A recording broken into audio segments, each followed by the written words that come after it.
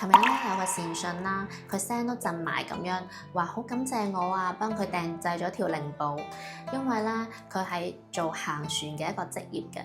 咁有一次咧大風浪令到佢跌咗落海喎，好多人咧都會覺得佢救唔返噶啦。但係咧當時咧佢對住佢佩戴嘅靈寶許願啦，佢話希望可以平安上岸。足之咧，最後真係平安無事咁樣執返條命。咁我當時咧聽到咧，好為佢開心啦，同埋感動啦。我望住佢條靈寶，先至知道原來自己嘅手串咧係化成咗人哋嘅一個救命繩啦。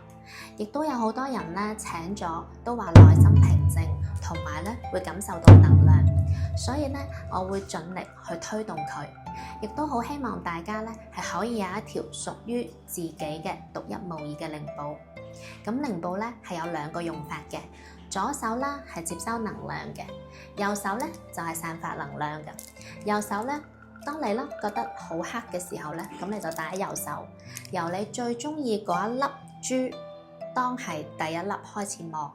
咁我呢一條咧就係有一個平安符刻喺上邊嘅，咁我就會由呢一粒去開始，每粒咧講一件煩惱，好似剝洋葱咁樣去慢慢搣佢。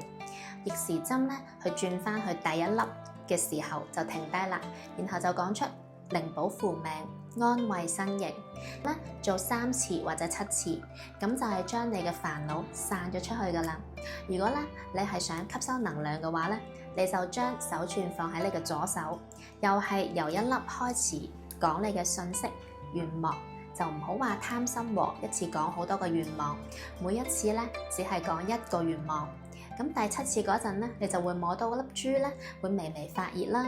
咁你咁樣咧持之以恆去做嘅話咧，你會發現呢個心咧係平靜咗，然後咧可以解決咗好多事情。